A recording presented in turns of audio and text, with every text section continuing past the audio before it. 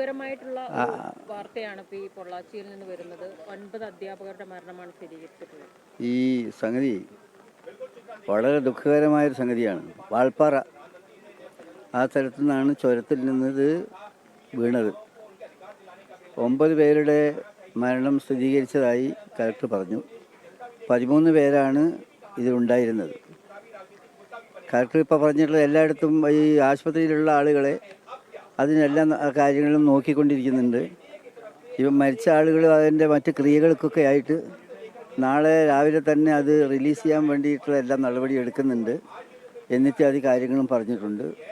ആവശ്യമായിട്ടുള്ള ഹെൽത്ത് ഡിപ്പാർട്ട്മെൻറ്റിൻ്റെയും മറ്റ് മേഖലയിലെ ഉദ്യോഗസ്ഥന്മാർക്ക് വേണ്ടത്ര നിർദ്ദേശം നൽകിയിട്ടുണ്ടെന്ന കാര്യം കലക്ടർ പറയുകയുണ്ടായി. വളരെ വളരെ സങ്കടകരമായൊരു സംഗതിയാണിത്. അത് മലപ്പുറം ജില്ലയിലെ ഇവിടെ മംഗളക്കടുത്ത് ഉള്ള സ്ഥലത്താണിത് സംഭവിച്ചിട്ടുള്ളത്. ഏതായിരുന്നാലും ആ കാര്യത്തിൽ ശ്രദ്ധിച്ചുകൊണ്ടിരിക്കുന്നുണ്ട്, ഞങ്ങൾ വാച്ച് ചെയ്തുകൊണ്ടിരിക്കുന്നുണ്ട്. കലക്ടർ ശ്രമിക്കുന്നുണ്ട്. കലക്ടർ മാത്രമല്ല, കലക്ടർ അവിടുത്തെ കലക്ടറായിട്ട് നമ്മളെ കലക്ടർ കോർഡിനേറ്റ് ചെയ്യുന്നുണ്ട്. അതും അദ്ദേഹം പറഞ്ഞു, അത് ചെയ്തുകൊണ്ടിരിക്കുന്നുണ്ട്. രണ്ടാമത്തേത് ഇന്നത്തെ സംഗതിയെ പറ്റിയാണ്. അതായത് ഈ വനിതാ സംവരണത്തിൻ്റെ മറവിൽ തങ്ങളുടെ ഒരു ഒളി അജണ്ട നടപ്പിലാക്കാനുള്ള BJP ഗവൺമെൻറ്റിൻ്റെ നയത്തിനേറ്റ ഏറ്റവും വലിയ പ്രഹരമാണ് ഇന്ന് സംഭവിച്ചിട്ടുള്ളത്. മാത്രമല്ല, ഈ ഡീലിമിറ്റേഷൻ എന്ന് പറയുന്ന ഭരണഘടനയ്ക്കുള്ളിലുള്ള സംഗതിയെ പുറത്തേക്ക് എടുത്തു കൊണ്ടുവന്ന് തങ്ങളുടെ കയ്യിലുള്ള ആയുധമായിട്ട് അത് വളരെ ദൂരവ്യാപകമായ കാര്യം ഉണ്ടാക്കാൻ പറ്റുന്ന വിധത്തിൽ ഉപയോഗപ്പെടുത്താനുള്ള അവരുടെ അജണ്ട പൊളിഞ്ഞത്, അല്ലെങ്കിൽ പൊളിക്കാൻ വേണ്ടിയുള്ള കൂട്ടായിട്ടുള്ള പ്രതിപക്ഷം എടുത്തിട്ടുള്ളത് രാഷ്ട്രീയത്തിലെ ഒരു ധർമ്മം ഉത്തരവാദിത്വം നിർവഹിച്ച നടപടിയാണ്. അത് അവരുടെ കയ്യിൽ കിട്ടിയിരുന്നെങ്കിൽ, ഇപ്പോൾ കോൺസ്റ്റിറ്റ്യൂഷണൽ റൈറ്റ് ഉള്ളതാണ്, കോൺസ്റ്റിറ്റ്യൂഷനിൽ പെട്ടതാണ്, 80 പ്രകാരമുള്ള നടപടിയാണ് ഇതിലുള്ളത്.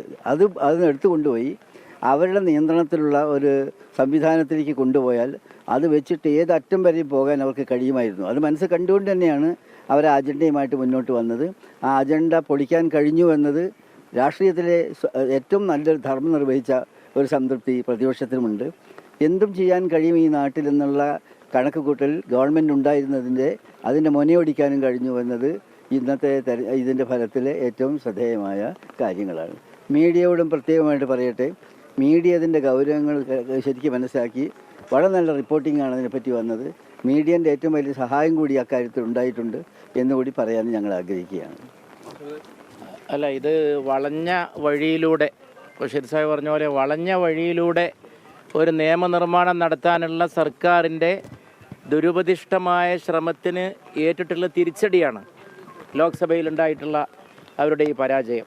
യഥാർത്ഥത്തിൽ നമ്മുടെ ജനതയുടെ ജനാധിപത്യ ബോധത്തിൻ്റെ, രാഷ്ട്രീയമായിട്ടുള്ള പ്രബുദ്ധതയുടെ, പ്രതിപക്ഷത്തിൻ്റെ ഐക്യത്തിൻ്റെ, പ്രതിപക്ഷം ഒത്തൊരുമയോടെ നിന്ന് വളരെ സക്രിയമായി പ്രവർത്തിച്ച് യോജിച്ച് അഭിപ്രായ സമന്വയം നടത്തി അതിൻ്റെയും കൂടി വിജയമാണ് ഈ കണ്ടിട്ടുള്ളത്. മാത്രമല്ല, ഈ പ്രതിപക്ഷം ഈ ബില്ല് അവതരിപ്പിക്കുന്ന സമയം മുതൽ പറഞ്ഞുകൊണ്ടിരുന്ന കാര്യങ്ങൾ വളരെ ന്യായമായിരുന്നു. അത് വനിതാ സംവരണത്തിന് എതിർത്തിട്ടല്ല, വനിതാ സംവരണത്തിന് ആരും എതിരല്ല. ഇപ്പം ഇന്നലെ രാത്രി പെട്ടെന്ന് സർക്കാർ കൊണ്ടുവന്ന വിജ്ഞാപനം തന്നെ തെളിയിക്കുന്നുണ്ട്. അർദ്ധരാത്രിയാണ് ഇന്നലെ കൊണ്ടുവന്നത്. അത് യഥാർത്ഥത്തിൽ എന്താണ്? നേരത്തെ നമ്മൾ പാർലമെൻറ്റ് പാസ്സാക്കിയിട്ടുള്ള പ്രതിപക്ഷത്തിൻ്റെ പിന്തുണയോടെ പാർലമെൻറ്റ് വളരെ നല്ല നിലയിൽ അന്തസ്സായിട്ട് പാസ്സാക്കിയിട്ടുള്ള ആ നിയമത്തിൻ്റെ അടിസ്ഥാനത്തിലാണ് ഈ വിജ്ഞാപനം. അപ്പോൾ അത് ചെയ്താൽ മതിയായിരുന്നു. അതിന് പകരം വളരെ വളഞ്ഞ വഴിയിലൂടെ വക്രമായിട്ടുള്ള നിയമനിർമ്മാണം നടത്തി നമ്മുടെ ജനാധിപത്യ ക്രമത്തിൻ്റെ ഒരു സന്തുലിതാവസ്ഥയെ തന്നെ നിഷേധിക്കുന്ന രീതിയിൽ നടത്തിയിട്ടുള്ള ഗവൺമെൻറ്റിൻ്റെ ഒരു ശ്രമത്തെയാണ് പാർലമെൻറ്റ് പരാജയപ്പെടുത്തിയിട്ടുള്ളത്. അത് ഇന്ത്യൻ ജനാധിപത്യത്തിൻ്റെ വലിയൊരു വിജയമാണ്.